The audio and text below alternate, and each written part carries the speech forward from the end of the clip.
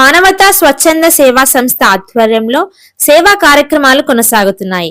కర్నూలులోని వెంకటరమణ కాలనీకి చెందిన 85 సంవత్సరాల నాగలింగారెడ్డి స్వర్గస్థులైనారు.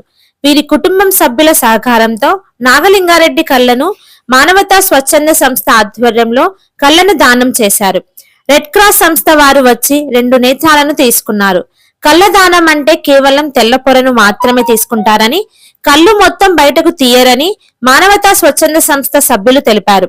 ఈ సందర్భంగా మానవతా స్వచ్ఛంద సంస్థ ప్రతినిధులు నేత్రదానంపై అవగాహన కల్పించారు. చాలా మంచి పని చేశారు. 5 డోనేషన్ల వల్ల ఇద్దరిని చూపొస్తుంది. గతంలో మానవతా స్వచ్ఛంద సేవా సంస్థ తరఫున 3, ఇది 4ది, అంటే 8 మందికి చూపొచ్చింది. కాబట్టి రాబో రోజుల్లో ఎవరైనా సరే ఇక్కడ వచ్చిన చూసుకొని మీ బంధువులు మీ ఊళ్ళో చెప్పి 5 డొనేషన్ ఇప్పిస్తే బాగుంటుంది.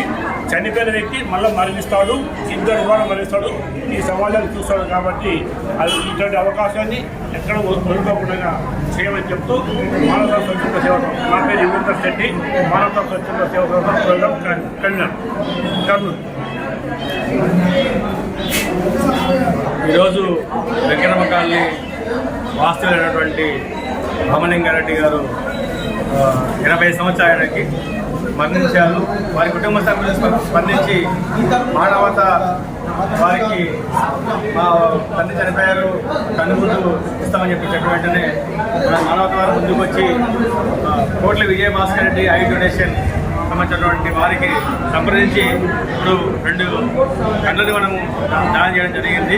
ఆ 2 కళ్ళు కూడా ఒక ఇద్దరికి కళ్ళు వచ్చే విధంగా మానవత దోహదపడింది. దానికి సంబంధించిన మా కమిటీకి సంబంధించినటువంటి అందరూ కూడా ధన్యవాదాలు తెలియజేసుకుంటున్నాం. వారి కుటుంబ సభ్యులకి ఆరోగ్యాలు ఇచ్చి మనోధైర్యం కావాలని చెప్పేసి కోరుకుంటున్నాం.